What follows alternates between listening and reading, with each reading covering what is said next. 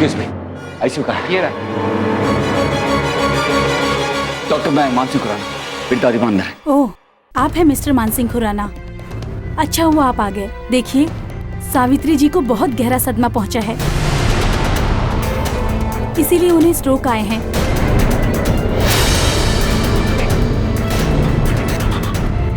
इस वक्त वो लाइफ सपोर्ट सिस्टम पर है, इसलिए उन्हें हमें आईसीयू में रखना पड़ा। देखिए, उनकी हालत और उम्र को देखते हुए हमारे पास ऑप्शंस बहुत कम हैं। फिर भी हम अपनी तरफ से पूरी कोशिश कर रहे हैं। डॉक्टर, दादी माँ को होश ना पाएगा। देखिए, वो ट्रीटमेंट को किस तरह से रिस्पॉन्ड करती हैं, ये तो वक्त ही बता सकता है।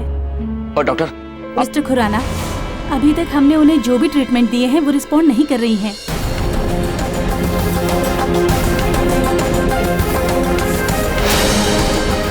इसलिए हमने कुछ एडवांस में टेस्ट लिए हुए हैं। अब रिपोर्ट में देखते हैं क्या आता है। देखिए मिस्टर खुराना, उनकी हालत ठीक होने में काफी वक्त भी लग सकता है, इसलिए तब तक संयम रखिए।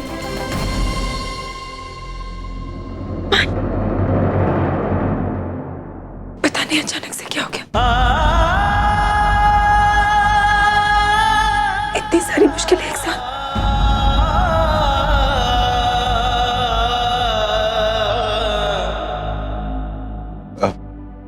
आपने कहा है कि दादी माँ ट्रीटमेंट को रिस्पॉन्ड नहीं कर रही है, तो आपको उन्हें कुछ दिन और यहाँ रोकना होगा। तो उसके जो बिल्स वगैरह हैं,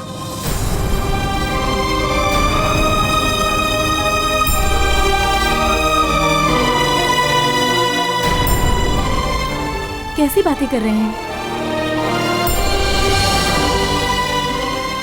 ये हॉस्पिटल आज अगर चल रहा है तो ये खुराना फाउंडेशन की वजह से ही चल रहा है।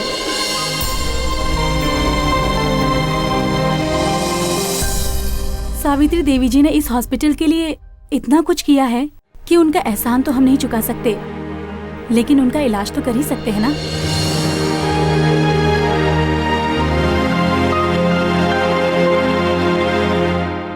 सिस्टर, ये कुछ मेडिसिन है, स्टोर से मंगा लीजिए। डॉक्टर साहब प्लीज, मेडिसिन मैं ले आऊंगा। Thank you. देखिए, मैं अपनी तरफ से पूरी कोशिश कर रही हूँ।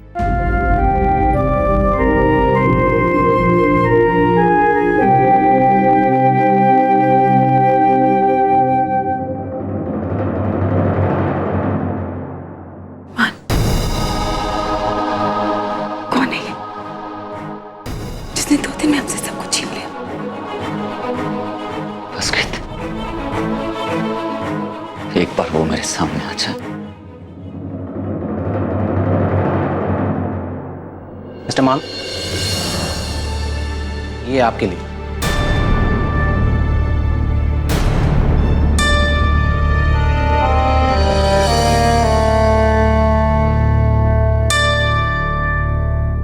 ये किसने भेजा? ये तो मैं नहीं जानता सर, मुझे सिर्फ ये बैग आपको डिलीवर करने के लिए कहा गया है। पर इसके अंदर है क्या? मुझे नहीं पता, वो तो आपको खोल के देखना पड़ेगा। बाकी सब डिटेल खत में लिखा है। Thank you.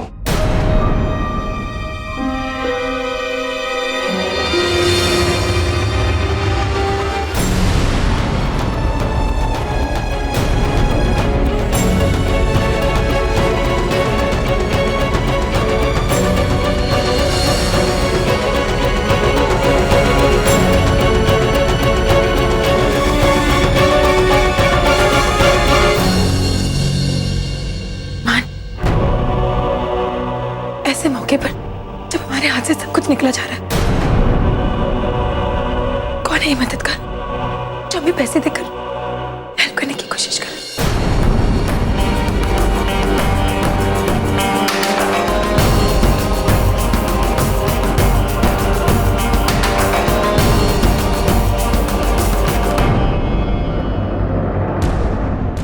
हम जानते हैं कि दिल्ली वापस आते तुम्हें एक के बाद एक काफी झटके लगेंगे।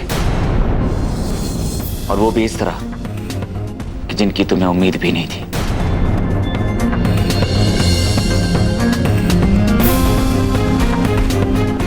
एटीएम मशीन आपका कार्ड एक्सेप्ट नहीं कर रहा और सारे फोन डिस्कनेक्ट हो गए। खुराना कंस्ट्रक्शंस अब आपका नहीं रहा मिस्टर मान सिंह खुराना। मैं जानता हूं कि ये आपका ऑफिस है मिस्टर खुराना, पर हमें कोर्ट से ऑर्डर्स मिले कि आपको अंदर ना आने दिया जाए। मुझे मेरे घर में जाने से रोका जा रहा है, दादी माँ से मिलने से रोका जा रहा है। चल क्या रहा है यहाँ पे? खैर ये तो होना ही था। बुजुर्गों की गलतियों का हर जाना नई पुश्तों को भरना ही पड़ता है।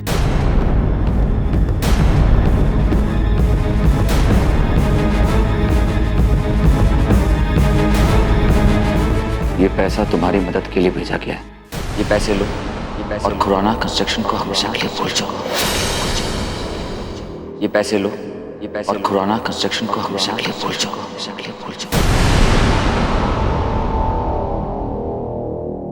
और दिल्ली छोड़कर हमेशा के लिए चले जाओ। इसी में सबकी भलाई होगी। और दिल्ली छोड़कर हमेशा के लिए चले जाओ। इसी में सबकी भलाई होगी। तुम्हारे भी और तुम्हारी करीबी लोगों को भी।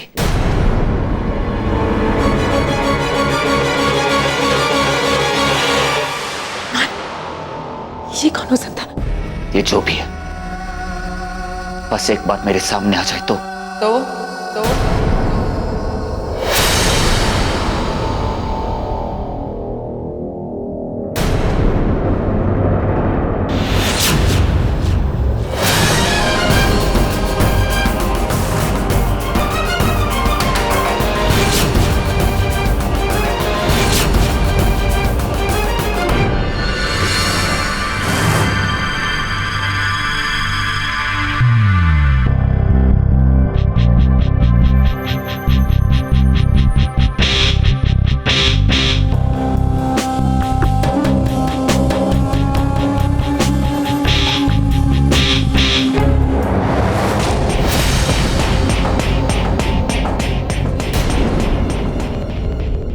तो फिर आप क्या करेंगे माँ?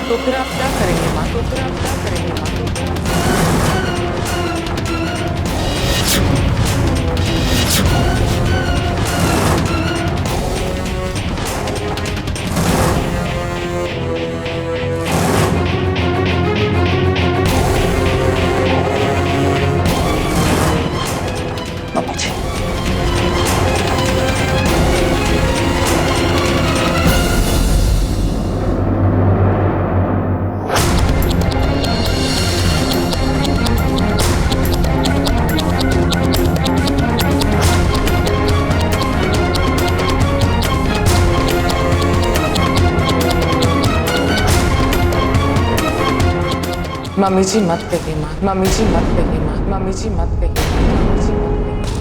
जिन लफ्जों का कोई मतलब ही नहीं होता, उन्हें अपनी जुबान पे क्यों लाना? हम आपके लिए और आपके पूरे परिवार के लिए हमेशा से सिर्फ एक आया है, और आप हमारे लिए छोटी सी। तो फिर आप रिश्तों को नया नाम देने का क्या मतलब है? मम्मी जी, ये आप किस तरह की बातें कर रही हैं? आप हमेशा मेरे लिए माँ ही रही हैं। माँ के छवि में मैंने आपको हमेशा देखा, और आप इस तरह की बातें कर रही हैं। तो फिर ऐसा समझ लीजिए माँ कि अब जो हुआ है उसके बाद रिश्तों के नाम और मायने दोनों बदल जाएंगे।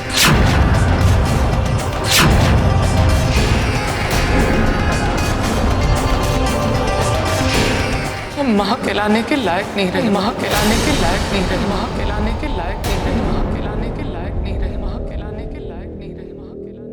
मतलब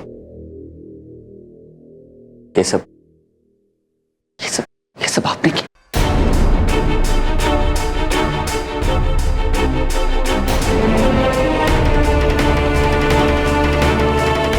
हाँ मान, हमने किया है।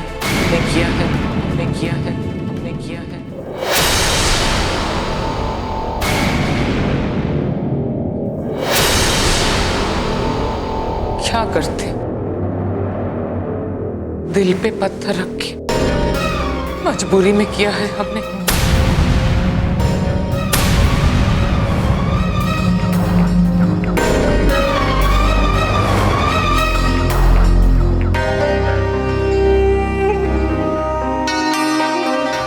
हम आपका दिल नहीं दुखाना चाहते थे मान, मगर क्या करते, मजबूर थे। हमने बहुत इंतजार किया। हमें लगता था कि एक दिन ऐसा आएगा कि जब हमें सब लोग एक इंसान समझेंगे।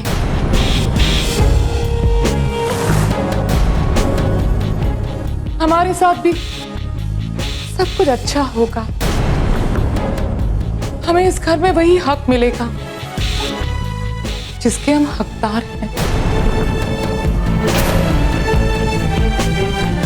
हमें भी इस घर में एक बहू का दर्जा मिलेगा।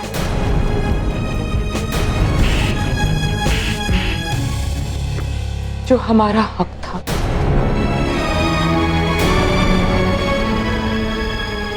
आपके पापा ने तो हमें अपनी पत्नी बना दिया, लेकिन इस घर की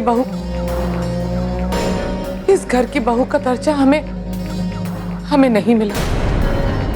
हम इंतजार करते रहे, लेकिन आपकी दादी माँ ने हमें इस घर की बहू का औहदा कभी नहीं दिया। मुझे उन्होंने कभी भी अपनी बहू नहीं माना।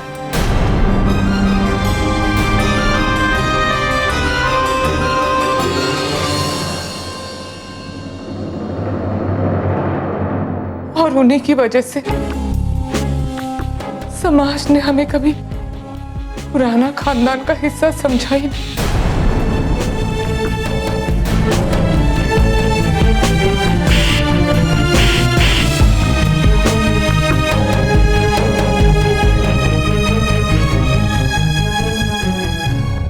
अगर बात सिर्फ हमारी होती ना मान,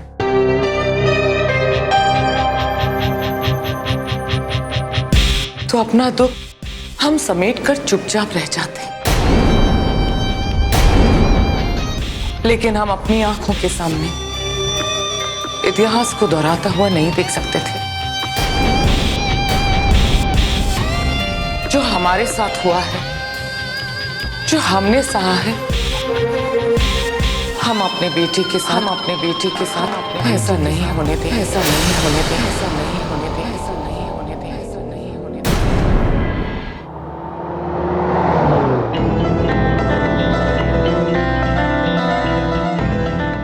आप देखिए, तो दिल्ली का नंबर है।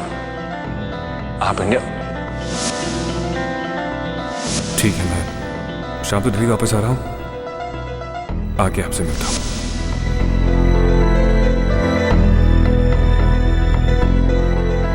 देव, हाँ जी। क्या हुआ आपको? अब नहीं, कुछ नहीं। वैसे मुझे पूछना तो नहीं चाहिए, लेकिन आपको इसे देखकर ना मुझसे रहा नहीं जा रहा। और जब तक मैं आपसे पूछूंगी नहीं ना, तो मेरे पेट में मरोड़े पड़ते रहेंगे। प्लीज बताइए ना क्या हुआ। कुछ भी तो नहीं। जब तक हम लेक पर थे, आपका मूड बिल्कुल ठीक था। फिर अचानक आपको क्या हुआ? जब से वो फोन आया है, आप कहीं खो ही गए हैं। सब ठीक तो है ना? हाँ, सब ठीक ही है। आई मीन सब ठीक ही होना चाहिए। वैसे भी दिल्ली पहुंचने वाले हैं ना, वहां जाके सब पता चल ही जाएगा।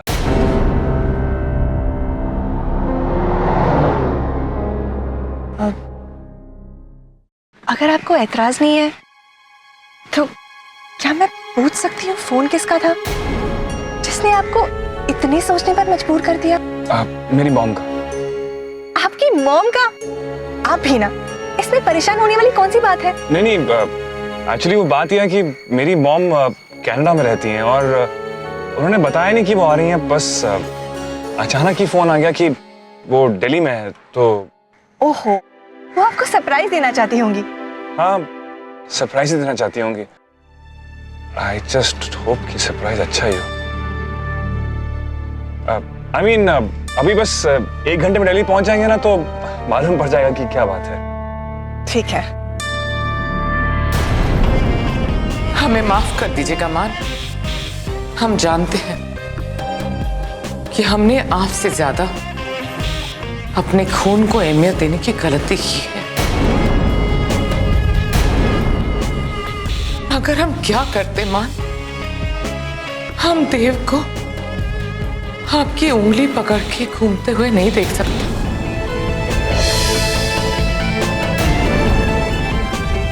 जिंदगी भर एक नौकर की तरह आपका सामान उठाकर आपके पीछे पीछे चलता हुआ हम नहीं देख सकते।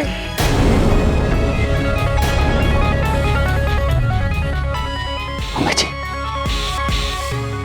इतनी बड़ी बात बोलने से पहले आपने एक बार भी नहीं सोचा कि मेरे दिल पे क्या गुजरेगी। देव मेरा छोटा भाई है और मैंने उसे कभी अपने से कम नहीं माना।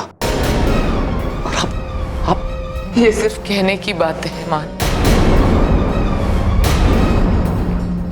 सच तो ये है कि आप सबकी नजरों में मैं हमेशा से एक आया हूं और मेरा बेटा एक आया का बेटा।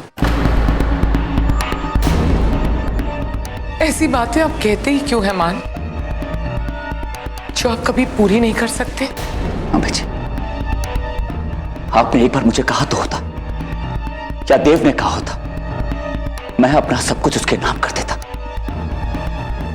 आप शायद जज्बात में आकर ये सब कुछ कह रहे हैं, लेकिन असलियत तो ये है मान कि आपने कभी भी देव को बराबरी का दर्जा दिया ही नहीं।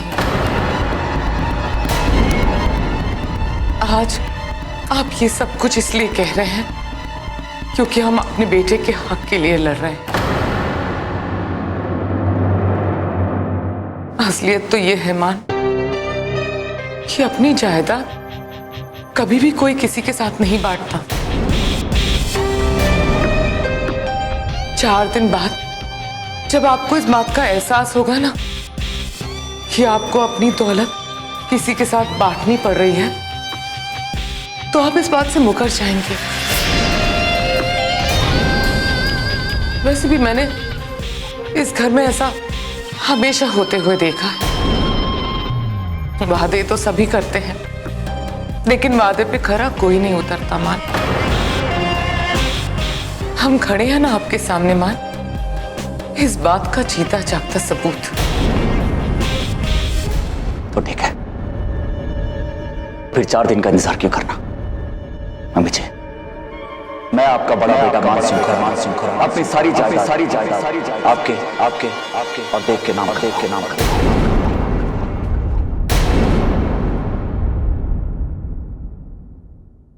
मैं आपका बड़ा बेटा मानसिंह अपनी सारी जायदाद आपके और देव के नाम खुराना खानदान का सब कुछ अब से आपका और देव का है।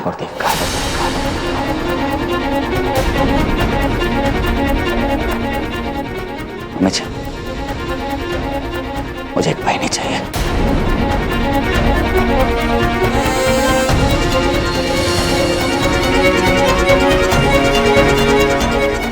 चले। ये क्या पूछ रहे मान?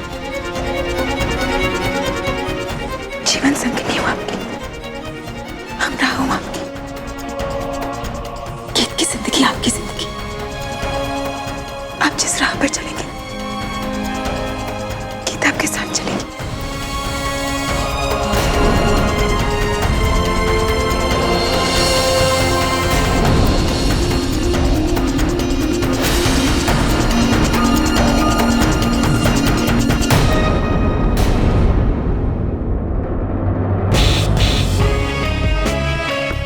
फिलहाल तो आप चले गए हैं, लेकिन हम जानते हैं मां, आप इतनी आसानी से हमें और हमारे बेटे को सब कुछ नहीं देने वाले।